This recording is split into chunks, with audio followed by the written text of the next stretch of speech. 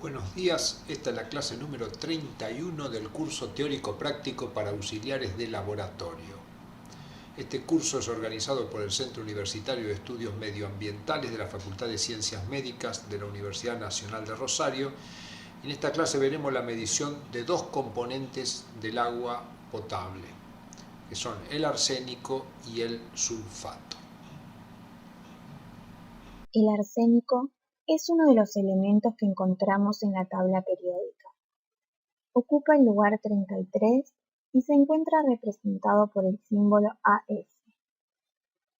El arsénico es un metaloide, es decir, un elemento con propiedades intermedias entre los metales y los no metales. Puede presentarse de forma orgánica, es decir, unido a carbono, o inorgánica, y además en 4 estados de valencia, dentro de los cuales los más habituales es el arsénico trivalente o arsenito y el arsénico pentavalente o arseniato. A lo largo de la historia, el arsénico ha sido utilizado para diversas actividades humanas. Fue utilizado por criminales como veneno, ya que carece de sabor y olor y se mezcla fácilmente con los líquidos, pudiendo pasar desapercibido en bebidas y alimentos. Otro uso que se le dio es como constituyente de anilinas y pinturas y preservantes de la madera. También en insecticidas y herbicidas, y es conocido su uso medicinal. A lo largo de la historia fue utilizado para el tratamiento de asma, sífilis, tuberculosis, diabetes, úlceras de piel, entre otros. Actualmente es utilizado por la industria, como por ejemplo para la construcción de paneles solares. El arsénico se encuentra ampliamente distribuido en el ambiente. Puede encontrarse formando parte del aire, el suelo y el agua. Al aire, arriba por procesos de meteorización o por emisiones volcánicas. En el suelo se encuentra de forma natural como constituyente por la erosión de rocas y minerales. En el agua se presenta como consecuencia de las lluvias que fluyen sobre suelos con concentraciones de arsénico. La actividad humana contribuye a la presencia de arsénico tanto en aire como en agua y en suelo. En esta clase nos enfocaremos en el arsénico en el agua. Como vimos, puede encontrarse en 2 estados de oxidación, como arsénico trivalente o arsenito, o como arsénico pentavalente o arseniato, que es el más abundante pero a la vez menos tóxico. El arsénico orgánico tiene baja toxicidad y generalmente se encuentra en alimentos. El arsénico se encuentra dentro de los 10 componentes más tóxicos según la Organización Mundial de la Salud. Como vimos en clases anteriores, la Organización Mundial de la Salud establece los límites máximos recomendados y obligatorios. Para el arsénico, el límite máximo recomendado es 10 partes por billón. Como es común su presencia en el agua y es conocida su toxicidad, existen diversas tecnologías que permiten su remoción, como una que ya hemos visto que es la ósmosis inversa. La exposición breve a altas dosis de arsénico producirían efectos gastrointestinales como dolor abdominal y diarrea, y dosis más elevadas, envenenamiento, con posibilidad de muerte del individuo. La exposición crónica, es decir, bajas dosis pero prolongado en el tiempo, causa efectos dérmicos característicos, hiperpigmentación moteada o difusa y luego de años de exposición se suele observar hiperkeratosis palmoplantar como podemos ver en la imagen.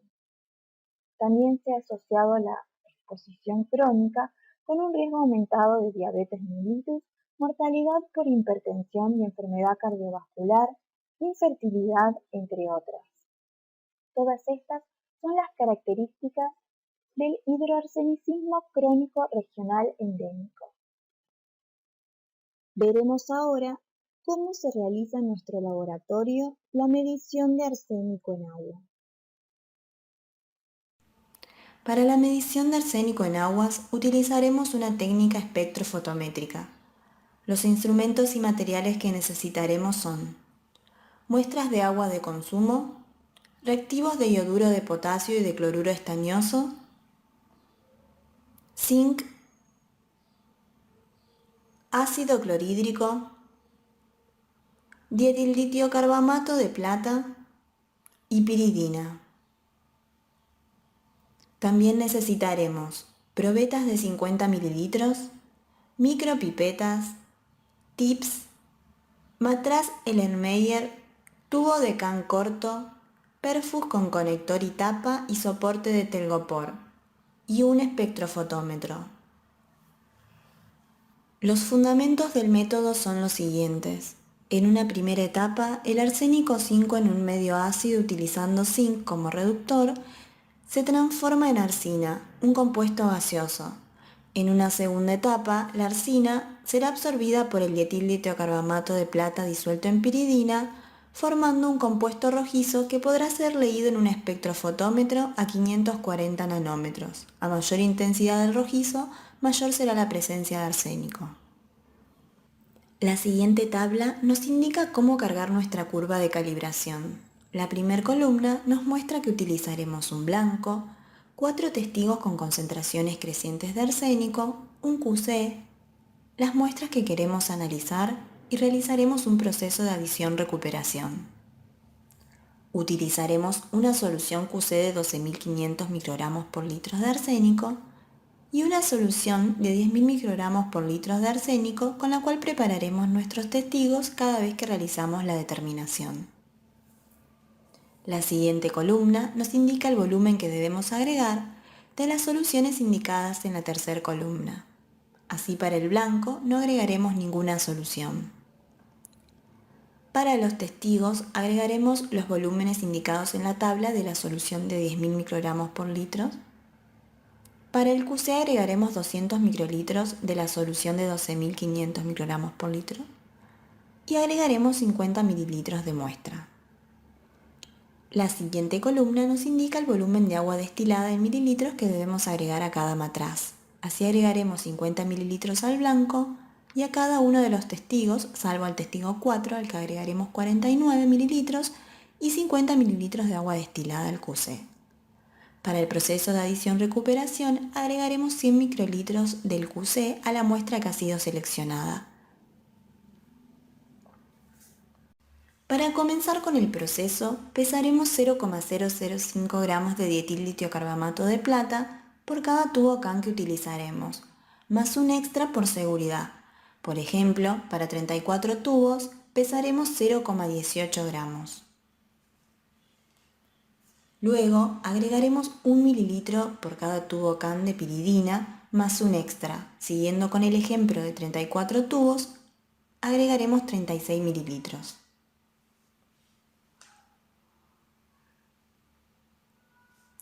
Luego, para homogeneizar la solución, pasaremos la probeta por el vórtex.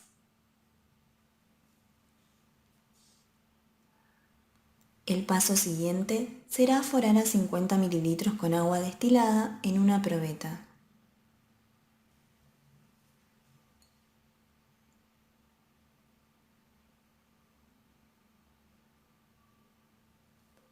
Luego se volcará el contenido de la probeta en el matraz correspondiente y se cargará la curva de calibración de acuerdo al indicado en la tabla. Se procederá de igual manera con cada una de las muestras que se desea medir. Se aforará 50 mililitros, se volcará el contenido en el matraz correspondiente. Se trabajará siempre con tubos y matraces rotulados y por duplicado. El paso siguiente será agregar 5 mililitros de ácido clorhídrico a cada matraz.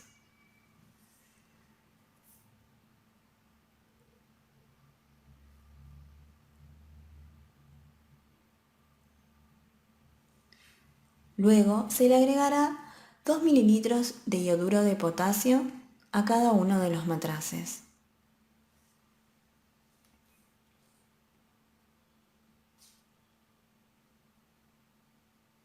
El paso siguiente será agregar a cada matraz 500 microlitros de cloruro estañoso.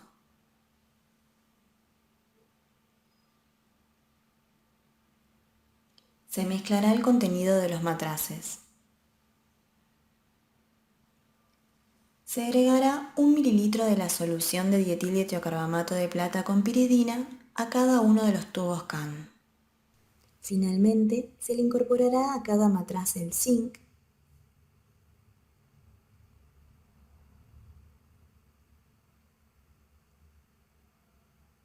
y se tapará el matraz con el tapón conectado al perfus y el tubo CAN con el tip que tiene incorporada la tapa. Se verificará que se produzca el burbujeo y se dejará burbujeando durante aproximadamente 8 horas. Transcurrido dicho tiempo, se podrá medir el contenido del tubo CAN en un espectrofotómetro a 540 nanómetros calibrado con piridina. Se medirá cada una de las muestras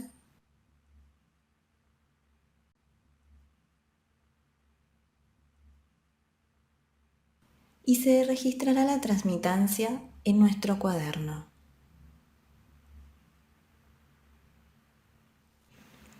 El paso siguiente será cargar en nuestro software Atlantis 1.0 las transmitancias obtenidas y el mismo nos arrojará las concentraciones correspondientes. En el video siguiente podemos observar cómo se realiza el descarte de piridina y la colocación de los tubos CAN en el tupper con alcohol. Siempre que se trabaje con piridina, deberá realizarse en una campana con extractor y utilizando guantes de nitrilo. En la imagen podemos observar la curva de calibración luego de realizado todo el procedimiento, con un blanco, el testigo 1, el testigo 2, el testigo 3, el testigo 4 y el QC. A continuación, presentaremos algunos de los resultados obtenidos luego de analizar 410 muestras de agua de consumo. En este caso, los resultados están expresados con gráficos de boxplot. Recuerden que la línea negra representa la mediana y las líneas de los extremos de la caja el 25 y 75%. En este caso están representados los distintos tipos de agua analizada: pozo, red, ósmosis inversa y envasada. Y la línea roja nos marca el límite máximo recomendado por la Organización Mundial de la Salud, que recuerden es 10 partes por billón de arsénico. Como podemos observar, más del 50% de las aguas de pozo y red superan el límite recomendado por la Organización Mundial de la Salud, y sus concentraciones parecieran ser similares. Y como es de esperar, las aguas de ósmosis inversas y envasadas tienen concentraciones que en un 75% aproximadamente están por debajo del límite recomendado.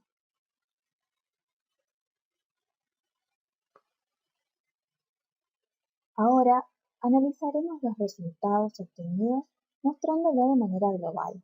Ya no tendremos en cuenta los distintos tipos de agua analizada, sino que veremos el conjunto.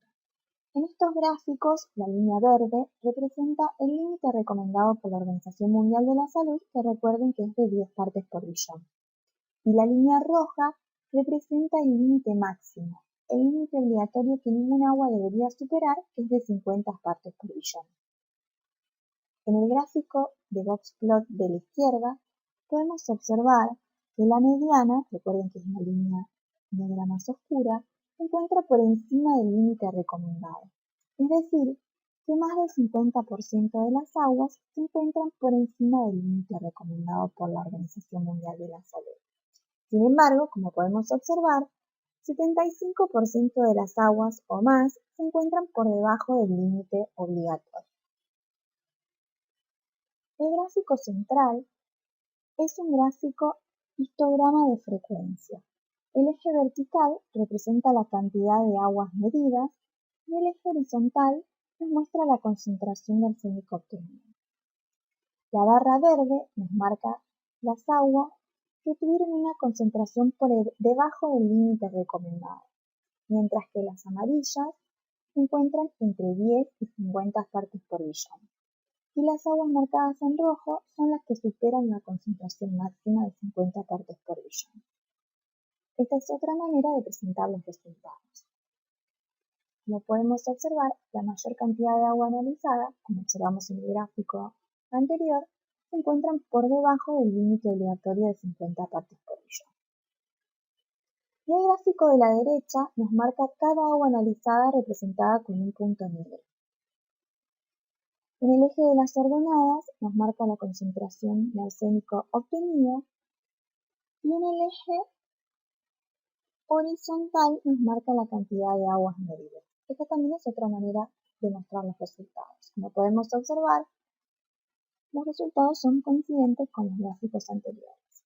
La mayor parte de las aguas se encuentra por debajo del límite obligatorio, pero gran cantidad de las mismas supera el límite recomendado.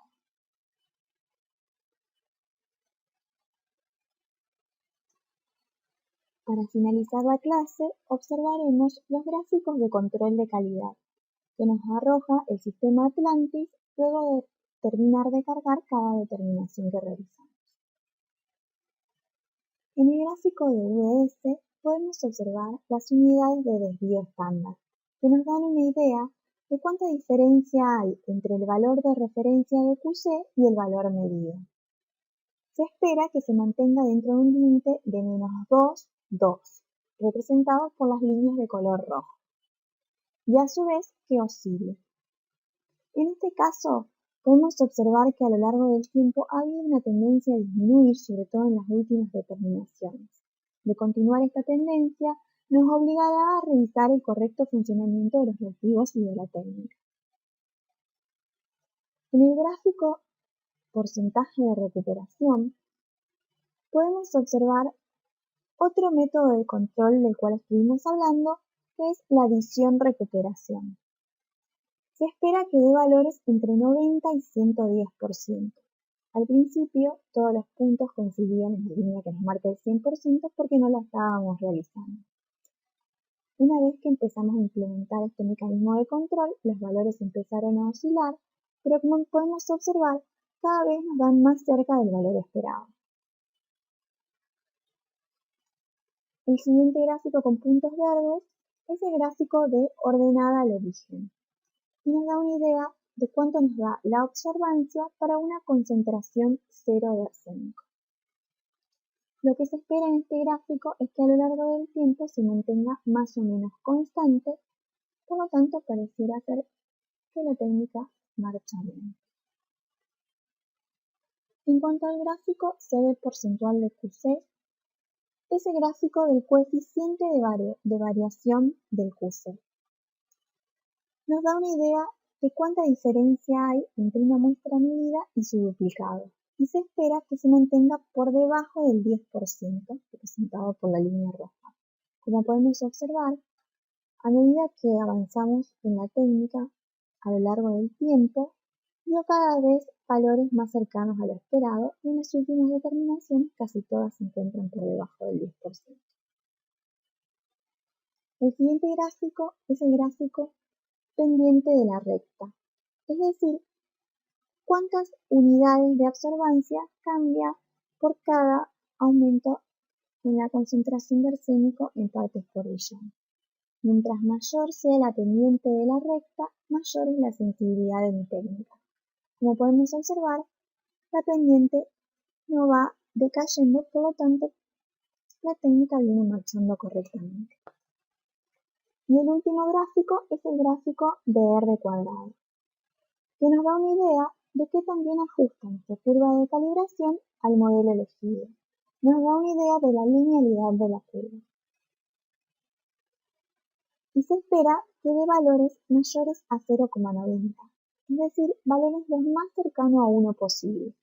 En nuestra técnica, como podemos observar, la mayoría de los puntos se encuentran por encima de 0,95, es decir, que viene marchando correctamente.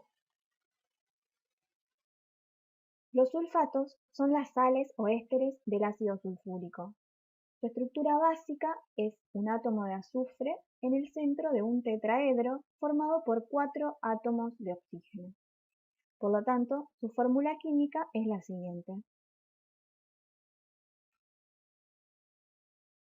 El sulfato puede hallarse como sulfato de sodio, utilizado en la fabricación del vidrio y como aditivo de algunos detergentes, por su capacidad desinfectante, como sulfato de cobre, empleado en la industria de la goma y como fertilizante, sulfato de calcio dihidratado, que es el yeso, que ya hemos visto en la clase anterior,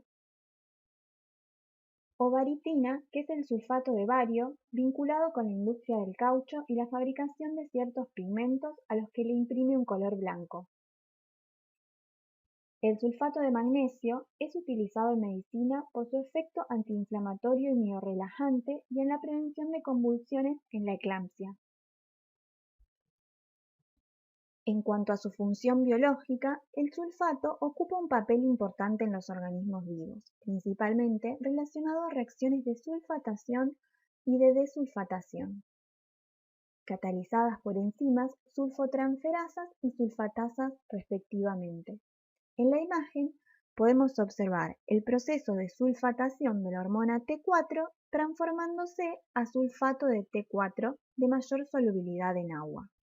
Las sulfotransferasas utilizan como dadores del grupo sulfato al fosfoadenosil-fosfosulfato, representado con la siguiente sigla, que luego de perder el grupo sulfato se transforma en fosfoadenosil-fosfato.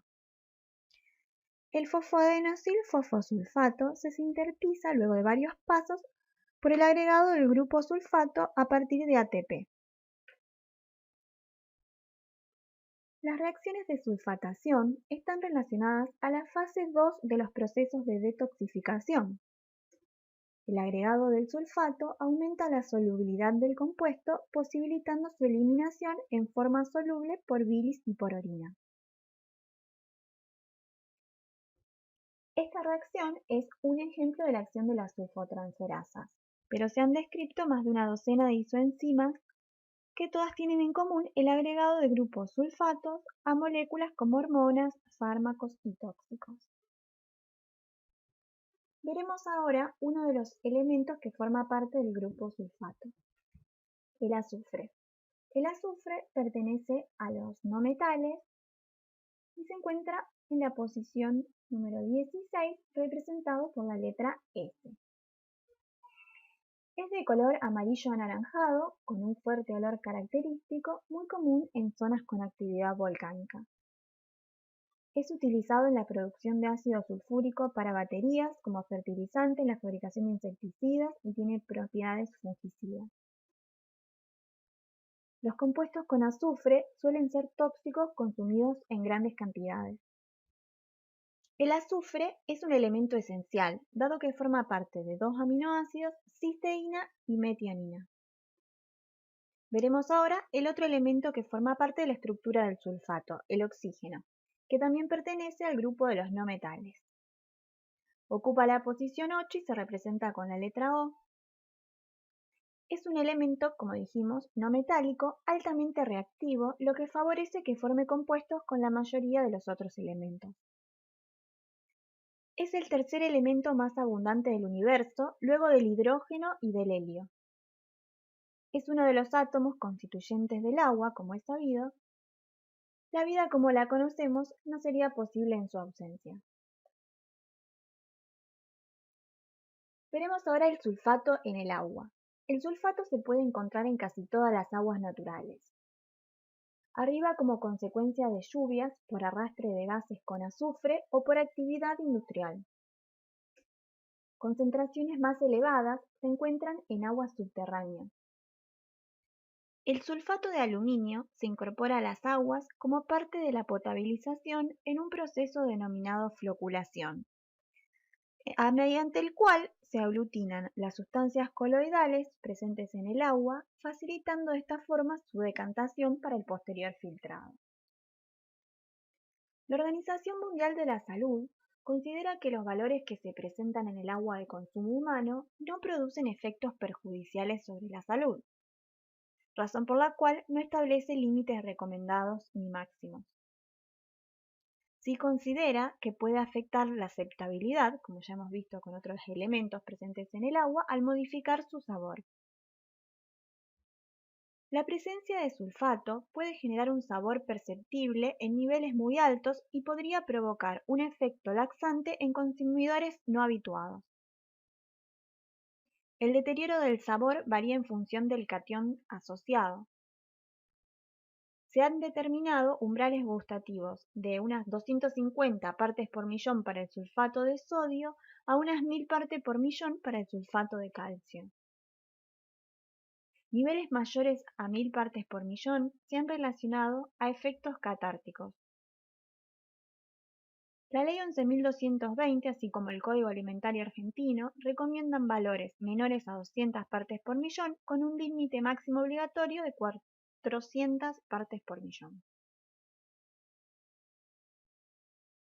Para la medición de sulfato en aguas se utiliza en nuestro laboratorio una técnica radiométrica que utiliza un isótopo radioactivo del bario, el bario 133. Este isótopo es un emisor gamma con fotones de alta energía, por lo que requiere cuidados especiales para su utilización. Si bien la dosis anual permitida no alcanza a la que se emplea en nuestro laboratorio, al ser material radioactivo, son necesarios cuidados de protección medioambiental y del personal. Para poder trabajar con isótopos radioactivos se debe contar con un cuarto especial que, cumpliendo una serie de requisitos, debe ser autorizado por la Autoridad Regulatoria Nuclear de la República Argentina. Además, se requiere contar con una persona responsable de la seguridad radiológica con la autorización correspondiente emitida por el ente regulador. El bario 133 debe guardarse en un búnker de plástico dentro de otro búnker de plomo, necesarios ambos para el bloqueo de la emisión de radioactividad. La emisión radioactiva es de tipo gamma y es detenida por un espesor de plomo de varios milímetros. Estos búnkers se encuentran en el cuarto de radioisótopos, que además cuentan con micropipetas, tips y todo el material necesario para las determinaciones que emplean radioactividad, ya que no se debe mezclar elementos del laboratorio que estén en contacto con isótopos radioactivos con otros que no lo estén, a fin de mantener la seguridad de los trabajadores. Para la medición de sulfato en aguas, utilizamos una técnica que se fundamenta en la precipitación del sulfato de una solución en presencia de cloruro de bario en solución que contiene trazas del bario radioactivo, el bario 133. Finalizada la preparación de las muestras, se miden en un contador de centelleo sólido que nos arroja un valor en cuentas por minuto. Con las cuentas por minutos de los testigos se construye una curva de calibración que nos permitirá interpolar las cuentas por minutos obtenidas de las muestras para obtener su concentración de sulfato. Es decir, que la radiactividad en el precipitado es proporcional a la cantidad de sulfato en la muestra de agua a medir. Como vimos, el isótopo radioactivo utilizado es bario 133. Este isótopo debe ser manejado cuidadosamente siguiendo estrictas reglas de protección. La radiación emitida tiene una energía de 356 kV, la cual puede rápidamente acumularse en el organismo sin los cuidados necesarios. Este isótopo pertenece a los isótopos de riesgo 3, por ello la ARN autoriza solo la compra y manejo de una baja cantidad del mismo. Todos los datos expuestos en esta clase, así como otros de gran importancia, se encuentran en la ficha correspondiente al bario 133, que nos brinda información sobre la vida media del isótopo, en la cual profundizaremos más adelante en esta clase, el tipo de radiación emitida, como hemos visto, el tipo de material y grosor del mismo aconsejable para poder contener la radiación y así no exponerse innecesariamente a la misma, y otros datos de gran importancia para realizar cálculos sobre la exposición que tiene el trabajador que maneja el isótopo radioactivo y la exposición en caso de accidentes.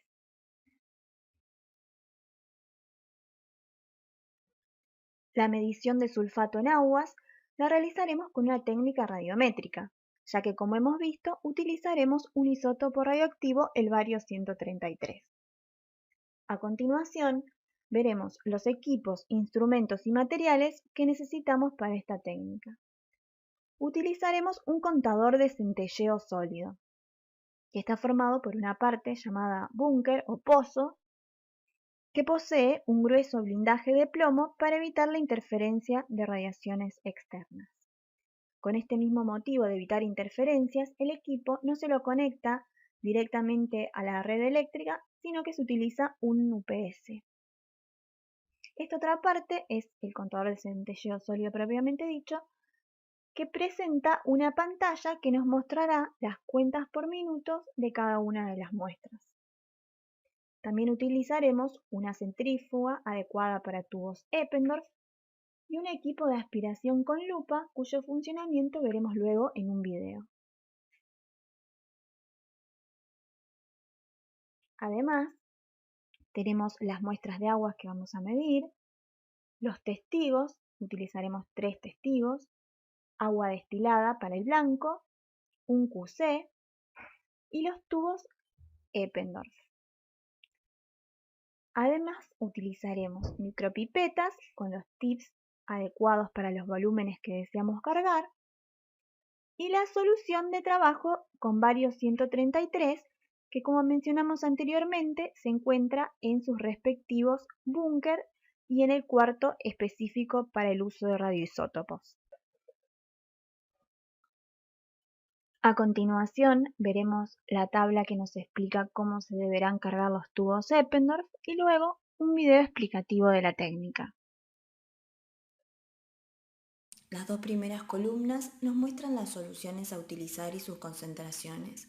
Tendremos un blanco sin concentración de sulfato, 3 testigos con concentraciones crecientes de sulfato, un QC con 400 miligramos por litro de sulfato y las muestras cuya concentración queremos averiguar. También realizaremos un proceso de adición-recuperación.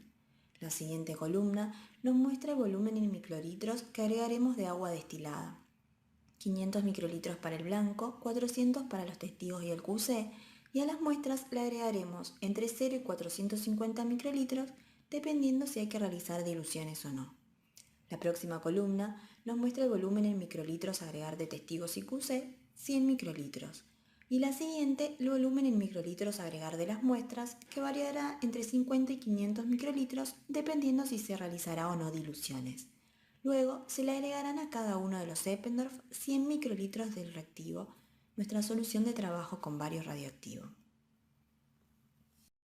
Para el proceso de adición-recuperación se tomará una muestra y se colocará 400 microlitros de la muestra con 100 microlitros de agua destilada en 2 tubos Eppendorf y 400 microlitros de la muestra con 100 microlitros del testigo 1 en otros 2 Eppendorf. Luego se procederá normalmente agregando la solución de trabajo. Para comenzar con el procedimiento, cargaremos los volúmenes indicados en la tabla de agua destilada en cada uno de los tubos Eppendorf correspondientes. Se trabajará siempre con tubos rotulados y por duplicado.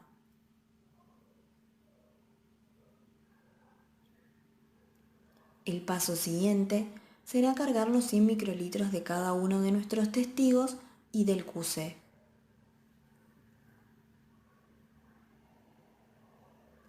Luego se cargará cada una de las muestras que se desea medir en los volúmenes adecuados.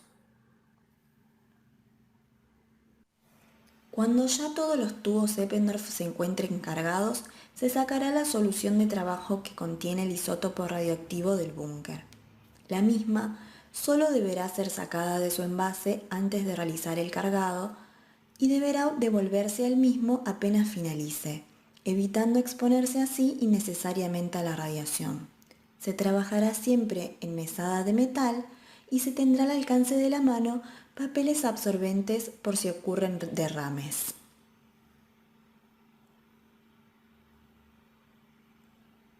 Se cargarán los 100 microlitros de la solución de trabajo en todos nuestros Zeppendorf.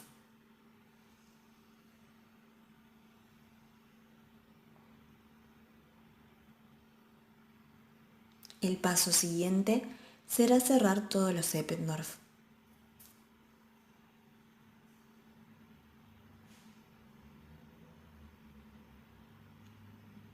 Luego se pasarán por el vórtex para homogeneizar las soluciones de los mismos.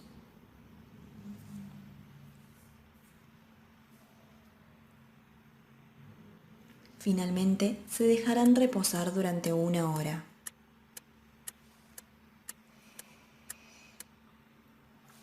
Pasado ese tiempo, se colocarán en una centrífuga, prestando especial atención a la simetría en la que se colocan los Zeppendorf.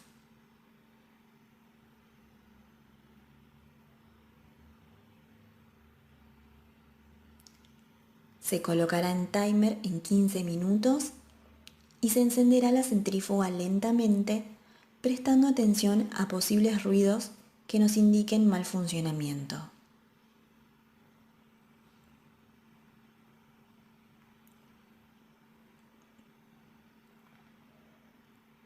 Finalmente, se llevará la centrífuga a su máxima velocidad, 10.500 revoluciones por minuto.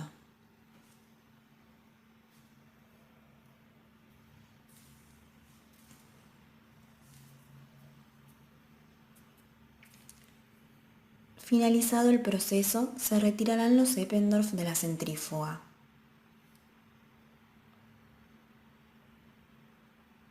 Se dejarán reposar durante 3 días, asegurando así la adherencia del precipitado a las paredes del Eppendorf.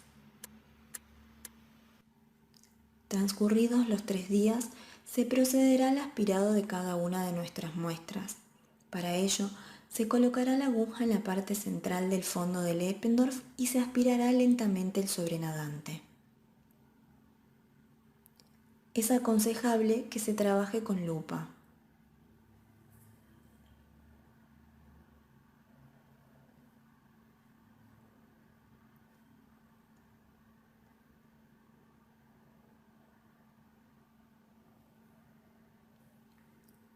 En aquellas muestras con altas concentraciones de sulfato, el precipitado se verá a simple vista.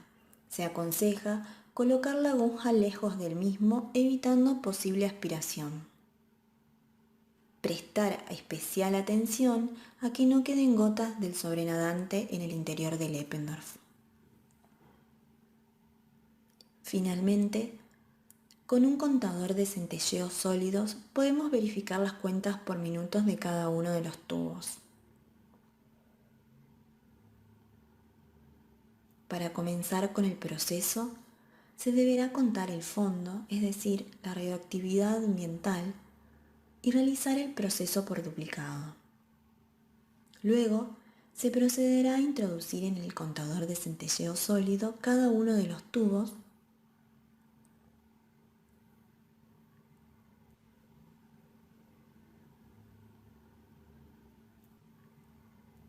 y transcurrido el minuto, el contador de centelleos sólidos nos arrojará el valor de las cuentas por minuto, que será el que registraremos en nuestro cuaderno.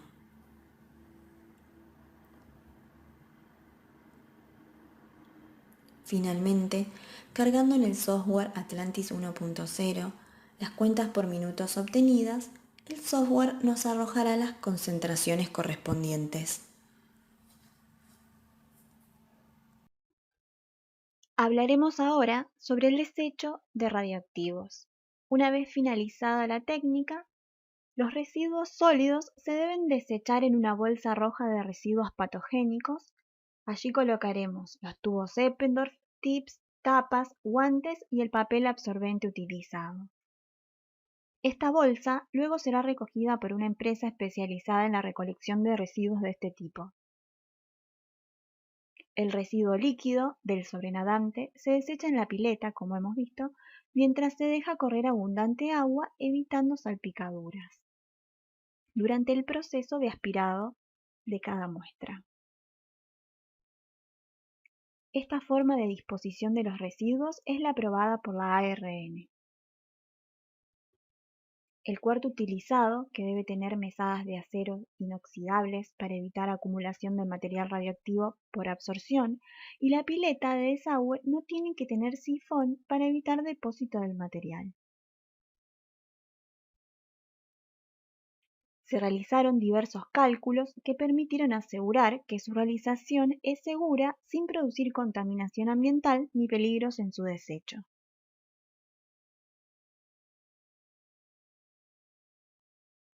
En cuanto a los posibles accidentes que pueden ocurrir, como existe riesgo de derrame de material radioactivo, se debe trabajar siempre sobre una mesada de metal lisa, preferentemente acero inoxidable. Si sucediera algún tipo de derrame, se deberán secar con papel absorbente, que será desechado luego en la bolsa roja de residuos patogénicos junto con el resto del material.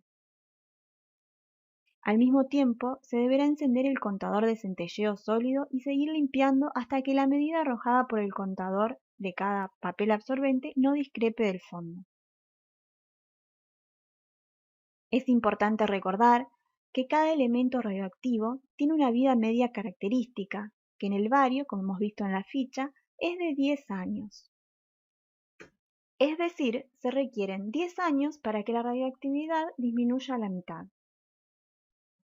Para que se considere seguro, se deben esperar 8 vidas medias.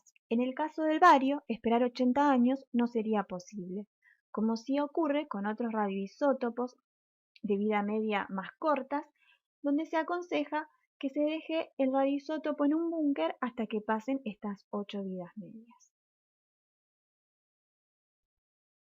Para finalizar la clase, veremos los resultados obtenidos hasta el momento luego de analizar 364 muestras. El gráfico de la izquierda, un boxplot, con la concentración de sulfato de todas las muestras medidas, como siempre tiene la línea verde, que representa el límite recomendado, que para el sulfato es de 200 partes por millón, y la línea roja, que representa el límite máximo o obligatorio, de 400 partes por millón. Como podemos observar, más del 75% de las muestras analizadas se encuentran por debajo del límite recomendado. Sin embargo, hay muestras que lo superan y otras que superan incluso el límite obligatorio. El gráfico central, el histograma de frecuencia que ya hemos visto en clases pasadas, presenta el eje vertical con la cantidad de muestras medidas y el horizontal con las concentraciones obtenidas. Como podemos ver, el largo de la barra, de la primera barra, nos indica que la mayoría de las muestras se encuentran por debajo del límite recomendado. Y el gráfico de la derecha, un gráfico de puntos, donde recordemos cada punto representa una muestra medida, donde también tenemos los límites recomendados y obligatorios, podemos observar lo mismo de otra manera. La mayor parte de las muestras se encuentran por debajo del límite recomendado, un grupo de las mismas se encuentran entre el límite recomendado y el máximo, y otro grupo excede el límite obligatorio, llegando incluso a valores muy altos. En el siguiente gráfico observaremos el análisis de sulfato para los distintos tipos de agua: pozo, red, osmosis inversa, envasada, superficial, filtro y otras. Como podemos observar, el 75% o más de las aguas analizadas se encuentran por debajo del límite obligatorio. La línea negra más oscura, que representa la mediana, como podemos ver, en todos los tipos de agua se encuentran por debajo del límite verde, que es el límite recomendado. Las aguas que poseen un rango más amplio son las de pozo, seguido de las de red, y luego las aguas clasificadas como otras. En este gráfico hemos incluido las aguas superficiales, que representan aguas analizadas de ríos, y las aguas clasificadas como otras, que se trata de aguas de arroyo, tanque de consumo de animales y otro tipo de aguas que no suelen ser de consumo humano. Finalmente, veremos los gráficos del control de calidad. El gráfico de UDS, que recuerden debe dar valores entre -2 y 2 de manera oscilante, en prácticamente todas las determinaciones dio los valores adecuados. La pendiente, que se espera que no tenga tendencias a subas o bajas y nos dan una idea de la sensibilidad de la técnica, parece marchar correctamente, aunque hay que seguirla evaluando a lo largo del tiempo. El tercer gráfico, el de R cuadrado, que recuerden nos da una idea de que también ajusta nuestra curva al modelo elegido y debe dar valores cercanos a 1 en todas las determinaciones, dio valores adecuados superiores a 0,95. El gráfico de puntos azules, que representa el CD porcentual del QC, que nos da una idea del valor medido del QC con respecto a su duplicado. Y recuerden, debe dar valores menores al 10%, representados con la línea roja. En casi todas las determinaciones dio valores adecuados, aunque a veces lo superó, no fue por mucho. En cuanto al gráfico de puntos verdes sobre la ordenada al origen, se espera también que no tenga tendencias a subas o bajas, y se trata de la cantidad de cuentas por minuto a una concentración 0 de sulfato. Parece marchar adecuadamente para esta técnica. Y finalmente, el gráfico de recuperación, que se espera que dé valores cercanos al 100%, como podemos observar en esta técnica, al comienzo dio valores muy lejanos al esperado, pero con el correr del tiempo se va acercando cada vez más al rango deseado entre 90 y 110%. Damos por finalizada la clase de hoy, agradecemos su presencia, el equipo docente del CUEM.